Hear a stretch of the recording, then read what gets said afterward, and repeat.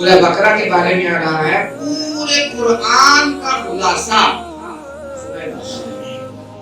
جس نے سورہ بقرہ ہمت سے، توجہ سے، دماغ لگا کر یاد کر لی، سمجھ لی، انشاءاللہ قرآن کی اکثر مضامین سمجھ آ گئے۔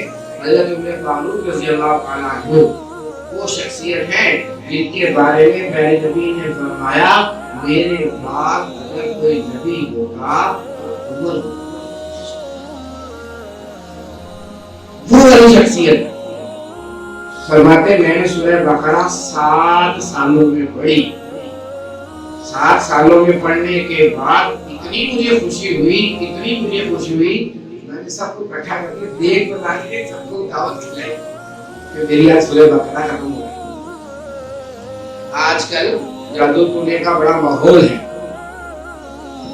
ہر کوئی کہتا ہے اس پر جادو ہو گیا ہے، اس پر سیم ہو گیا ہے، اس پر چکر چل، اس کے لیے پیارے نبی نے فرمایا سورہ بقرہ کی تلاوت جس گھر میں کی جائے جادو ٹونے والے زیرو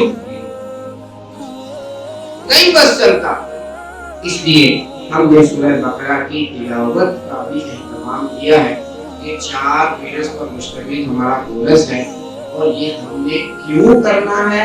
اس لیے کہ ہم نوجوان ہو رہے ہیں، ہم نے ایک گھر کا سربراہ بننا ہے، ہمارے نیچے پوری ایک نسل نے پروان چڑھنا ہے۔ مجھے نہیں پتا ہوگا میں اپنی نسل کو کیا بتاؤں گا؟ کل کو اللہ نے پوچھ لیا میں نے اس کے ماتحت ان کو تیرے ماتحت کیا تھا، تو نے ان کو کیا لکھایا، کیا پڑھایا؟ مجھے پتا ہوگا تو میں پڑھاؤں گا، مجھے پتا ہوگا تو میں بتاؤں گا، مجھے پتا ہی نہیں۔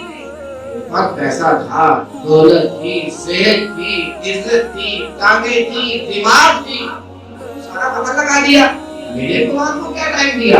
آپ لوگوں نے بہت توجہ سے اس کو پڑھنا ہے، بہت توجہ سے اس کو سیکھنا ہے، گھر جا کر لازمی اس پورے ہفتے میں اس سبق کو بار بار دہرانا ہے۔